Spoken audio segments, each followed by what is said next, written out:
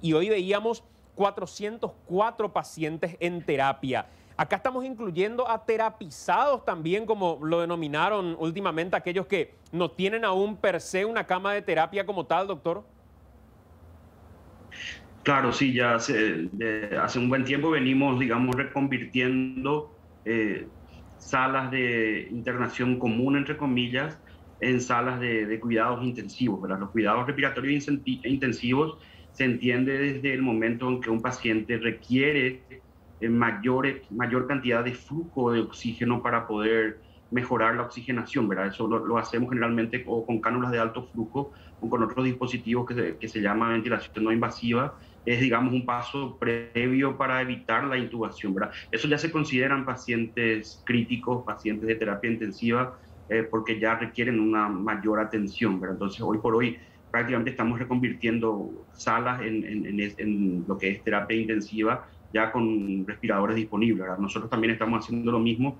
Hoy, esta mañana, habilitamos un pabellón de 18 camas, perdón, que ya lo llenamos solamente en 2 horas, ¿verdad? Entonces, hoy habilitaron y hoy llenaron, doctor. Sí, hoy. Esta mañana habilitamos un pabellón nuevo con entre 16 y 18 camas que estamos tratando porque más de eso ya no podemos, ¿verdad? Porque el personal limitado que tenemos. Entonces, sí, lo llenamos en 2 horas. Doctor, ¿y qué está pasando con los otros pacientes? Porque hay familiares que dicen se nos están muriendo, no se atiende a los otros pacientes, no hay terapia. El caso de una joven con lupus hoy en clínica, su hermana decían, no conseguimos terapia ni en el privado ni en el público, solamente COVID es lo importante en este momento. Y hemos escuchado de muchos pacientes que ya no tienen muchas chances y que se les saca nomás, le dan de alta para que vayan a morir a sus casas. Bueno, sí, se llegó a una situación límite en la cual creo que todos sabíamos que podía llegar a pasar. No es que sea solo COVID lo importante, evidentemente las otras enfermedades también lo son, pero al reconvertir hospitales en puramente COVID, lógicamente hay que ver el riesgo de una persona con otras enfermedades de internarse en cada hospital, ¿verdad? En lo personal, el INERAN es un hospital respiratorio donde en este momento prácticamente el 100% de los pacientes son COVID.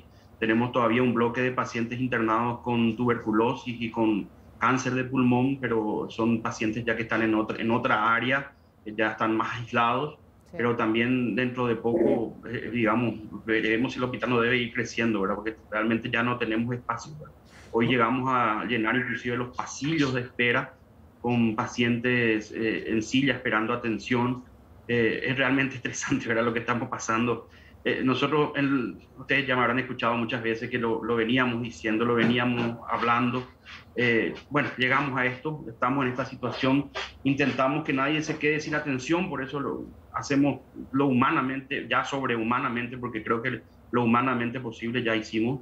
Ahora estamos trabajando de manera sobrehumana prácticamente.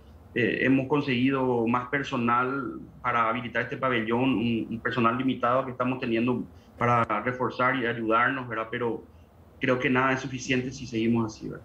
Doctor, respecto al por qué requieren de terapia intensiva, ahí creo que hay un debate muy interesante, porque mucho se nos dice hoy, están llegando tarde los pacientes. Y la pregunta es, ¿cuándo es el momento como para poder ir? ¿Están llegando tarde? ¿Es una realidad? Pregunto, primer elemento. ¿O en realidad cómo se está desarrollando la enfermedad, independientemente al tiempo de llegada, es también un factor de incidencia, doctor? Sí, hay una cosa muy clara en esto, Santi, lo veníamos hablando ya hace un año. Esta enfermedad tiene una clara historia natural. Va a haber un porcentaje de pacientes que va a requerir atención de terapia intensiva. Ese porcentaje de pacientes es aproximadamente del 3 a 5% de los pacientes que ingresan a la internación, ¿verdad? Es más o menos un 2, un 3% de la cantidad de pacientes generales, ¿verdad? Eso se mantiene inexorable, ¿verdad? Pero en la medida que el número de infectados es mayor, lógicamente ese 2, ese 3% va a ser un número más grande. Por eso insistimos tanto nosotros que acá la cuestión no es habilitar más y más camas, aquí la cuestión es la prevención. Nosotros debemos evitar que la gente se siga infectando, porque si tenemos 20.000 infectados, lógicamente tener un 2% de pacientes no va a destrozar cualquier sistema, ya ahí nos vamos directamente, ya no vamos a saber dónde poner los pacientes. Entonces hay que apuntar a evitar la transmisión y a detener el contagio. Aquí hay que ser bien claros, hay que hacer algo ya, porque esto se descontroló. Nosotros estamos en una pandemia que está fuera de control en este momento y necesitamos tomar algún tipo de medida que, si debe ser drástica, hay que hacerla, porque esto no puede seguir así. Definitivamente no podemos seguir mirando cómo nosotros no se está cargando absolutamente todo el peso de la pandemia sobre el personal sanitario, que en este momento es el que tiene que trabajar 3 o 4 veces más de lo que realmente venimos trabajando y tratar de nosotros de ser los que podamos contener esto. Eso era el ambiente que nunca quisimos. Siempre dijimos nosotros que la batalla está fuera de los hospitales. Aquí se le dio al virus la ventaja. Nosotros, en vez de aprender a convivir con el virus, aprendimos a convivir con las consecuencias del virus, es decir, aprendimos a convivir con los muertos. Y eso es lo que a nosotros nos preocupa mucho. La gente se está acostumbrando a escuchar que fallecieron 30, 40 personas por día y eso no puede ser normal.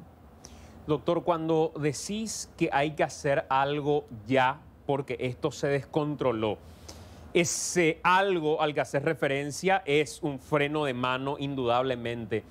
Pero a modo de reflexión, ¿por qué crees que cuesta tanto en nuestra sociedad que se instale la idea del retroceso o del freno de mano? ¿Cuál es el factor? Cuando hay otros países que sí lo están haciendo. Muchos dicen ante esa cuestión, y claro, porque nos encerraron temprano. Otros dicen, no nos encerraron temprano, porque los médicos aprendieron hoy cómo manejar la pandemia en gran medida y hay más camas de las que teníamos antes, indudablemente.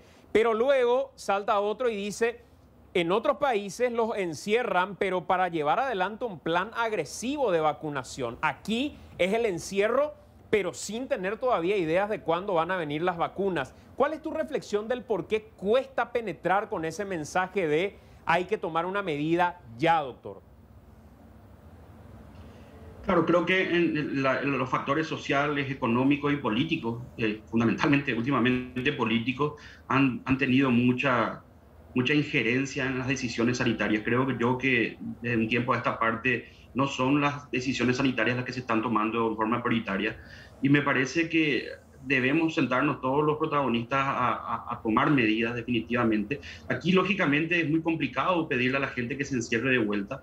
En gran parte de la pandemia el gobierno no ha sabido dar una respuesta cierta a las personas que han perdido su trabajo o que han tenido que cerrar debido a que son los grupos, digamos, más afectados.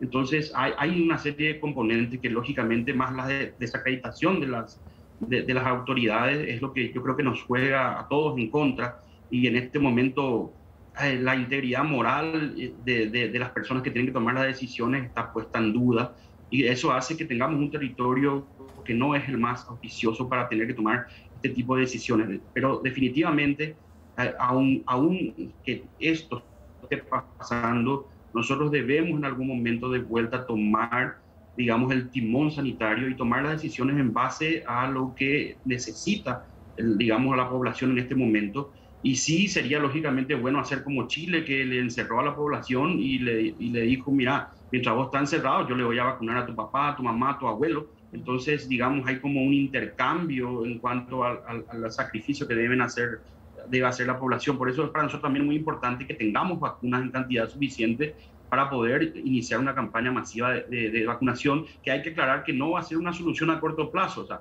tener 2 millones de vacunas en este momento no va a cambiar nuestra situación actual. Pero, sin embargo, doctor, hay países, estábamos viendo el ejemplo de Israel, que es cierto, vacunó muchísimo más de la media, que muestran que el nivel de hospitalización también bajó considerablemente a partir del suministro de las vacunas en un lapso de un par de meses o mes y medio, por lo menos. O sea, ese es el plazo, pero la incidencia se va a dar no de inmediato. Sí, no va a ser de inmediato, va a haber un periodo entre 2, 3 meses. Y el ejemplo es Chile. Chile vacunó más del 35-40% de la población y sin embargo están en cuarentena total con los hospitales colapsados, ¿verdad? Lleva tiempo, lleva un tiempo, pero de todas maneras, sería ideal que se esté ya vacunando y creo que eso se está trabajando en hacer, ¿verdad? Pero mientras tanto, nosotros tenemos que tomar unas medidas, ¿verdad? Porque realmente es desesperante y creo que en este momento incluso en los sanatorios privados no hay lugar, porque hoy he recibido miles y miles de llamadas de personas a las que requieren internación y que ya no hay lugar tampoco en los centros privados, ¿verdad? Imagínate estar pagando un seguro y no conseguir una cama para internarte. Entonces la situación se desbordó. Estamos en un, yo no quiero decir al borde del colapso, creo que ya estamos en un colapso sanitario y definitivamente hay que tomar medidas en consecuencia, ¿verdad? Situaciones extremas requieren medidas extremas y esa frase la venimos repitiendo hace tiempo, ¿verdad? Doctor, con relación incluso a lo que está pasando en los privados, así como vemos en el público que salen los médicos con las recetas, también me decían algunos amigos que está pasando en hospitales privados donde ya su farmacia o su depósito no cuenta con una cantidad de medicamentos y los familiares tienen que ir a ingeniarse, hacer trueque con otros familiares, dame este y después yo te devuelvo porque ahora urgente ya necesita mi paciente. En el privado también ya está pasando esto. No tengo esa información real, pero yo creo que sí, en cualquier momento puede pasar, ¿verdad? Hay medicamentos que sí me consta que hay pacientes en privado que lo están comprando incluso en conjunto, ¿verdad? Porque son medicamentos que tienen, por ejemplo, una cantidad de comprimidos de 30 y solo necesitan 15, entonces compran entre dos para disminuir un poco el costo. Entonces sí, estamos viendo ya ese tipo de cosas, ¿verdad? Que bueno, la veíamos muy lejana hace un tiempo. Doctor, con relación a estas medidas que se tienen que tomar, si bien aparentemente ya no se cuenta con dinero como para subvencionar a las personas que se queden sin trabajar, por eso no se puede hacer una cuarentena total, es lo que pensamos, ¿verdad? Como ciudadanos, ¿por qué no están tomando esta medida? Entonces, ¿qué es lo que se puede hacer? Tal vez testificales de personas que cuenten a algún familiar que se murió, que le expliquen a la ciudadanía todo lo que sufrieron, qué pasó, cómo creen que se contagiaron, algunos familiares que a lo mejor incluso se arrepientan de haber llevado el virus a la casa, que se haya muerto algún familiar, testimonios de personas reales que puedan justamente comunicar eso a la ciudadanía, porque esto de la cuarentena voluntaria no está funcionando, doctor. No, la cuarentena voluntaria lastimosamente no está funcionando, apela mucho a la responsabilidad social de las personas y en este momento, lógicamente, también el sesgo económico hace que muchas personas no puedan, lógicamente, quedarse en cuarentena voluntaria porque necesitan salir a trabajar.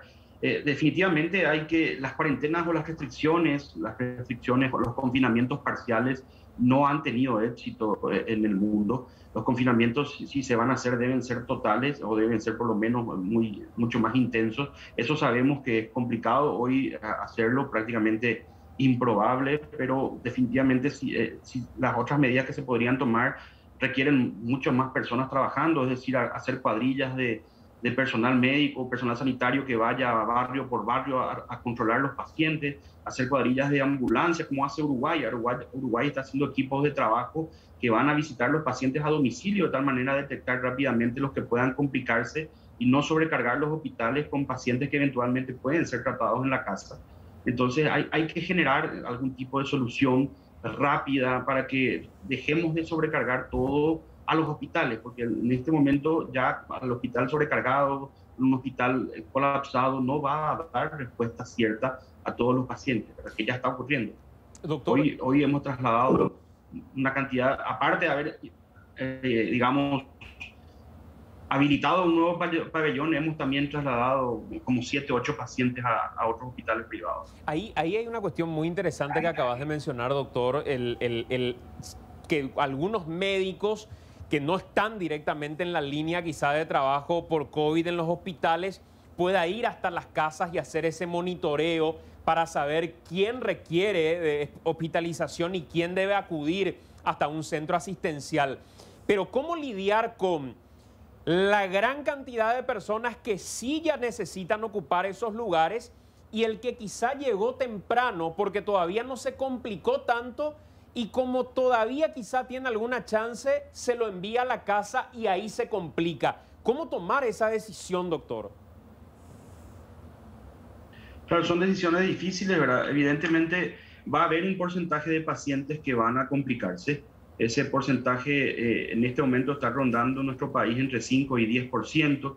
lo que veníamos diciendo, prácticamente el 90% de los pacientes se van a curar en la casa y se van a curar incluso sin medicaciones mágicas, entre comillas. Claro. El secreto es tomar mucho líquido y controlar la saturación, ¿verdad? También estamos viendo mucha sobremedicación y de eso ya hablamos una vez en la radio, Santiago. Sí. Estamos viendo que en la desesperación de los colegas se están dando una cantidad enorme de medicamentos y se sobrecarga mucho a los pacientes con medicación. Hay que comprender que cada medicamento que damos nosotros requiere un esfuerzo metabólico del organismo y el organismo de por sí ya está enfermo por el virus y no debemos sobrecargarle con medicamentos que no son útiles. Entonces, hoy por hoy, insistir que la receta más larga no es la mejor receta. Al contrario, creo que los pacientes leves deben ser tratados con seguimiento, con control de saturación y con líquido más que nada y eventualmente un tratamiento sintomático, porque lastimosamente no tenemos un medicamento mágico que pueda evitar que una persona llegue a terapia. Todo lo que se dice de otros medicamentos, etcétera, no está comprobado, no es real. Y hoy por hoy la única realidad es que 1 de cada 2 pacientes está llegando con una cantidad enorme de medicamentos y llegan complicados igual. Es decir, la evolución natural de la enfermedad del COVID y en general de casi todos los cuadros virales no tiene un tratamiento específico. Doctor, dos cuestiones que me gustaría consultarte. La primera ¿es fantasear demasiado pensar en la posibilidad, entendiendo que hay medidas que funcionan y otras que no? Hoy, por ejemplo, en todos los lugares siguen tomando la temperatura como un elemento crucial, mientras la saturación para aquellos que sí tienen un problema como el COVID termina siendo, creo que, el elemento fundamental como para decir, ¿voy a un hospital o no voy a un hospital? ¿Es posible pensar, doctor, en algún plan donde el propio Ministerio de Salud provea de estos saturómetros por un tiempo determinado? Finalmente son 15 días de monitoreo a aquellas personas que están identificadas como casos positivos y las guíe como para que puedan saber a partir de qué parámetro y qué porcentaje deberían asistir hasta un centro asistencial. Porque decirle a una familia que no tiene para llevar el plato a la casa, que tiene que comprar un saturómetro de 200.000, probablemente no sea muy fácil, doctor. Sí, así, tenés toda la razón y lo han hecho. El Ministerio de Salud de Perú lo ha hecho, en Ecuador se ha hecho. No son los mejores ejemplos de manejo de la pandemia, pero han tenido que hacerlo porque al rebosar los hospitales, ellos lógicamente priorizaban justamente tener la mayor cantidad de pacientes en los domicilios e incluso han habilitado sistemas, el propio gobierno ponía oxígeno domiciliario, ¿verdad?, para evitar las internaciones en el hospital, ¿verdad? Esperemos no llegar a eso, pero sí la saturación debería ser, digamos, algo que se pueda de alguna forma instalar un sistema, como te decía yo, de control diario de los pacientes durante por lo menos 10 a 12 días de seguimiento de cuando dan positivo y controlar la saturación en forma diaria, hacerle una planilla.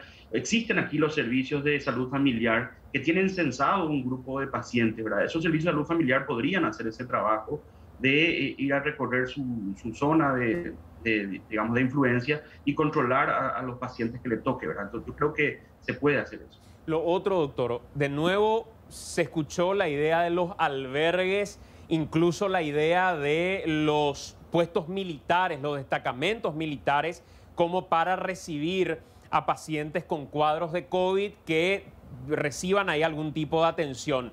En el inicio de la pandemia, recuerdo que hablaban de estadios que iban a habilitar como para que eventualmente ahí se interne a la gente o se realicen pabellones. Hoy, con el nivel de saturación de los hospitales, con los recursos médicos limitados, ¿es posible pensar en un centro de ese tipo como para atención en carpas, como de campaña a pacientes de COVID, doctor, o no?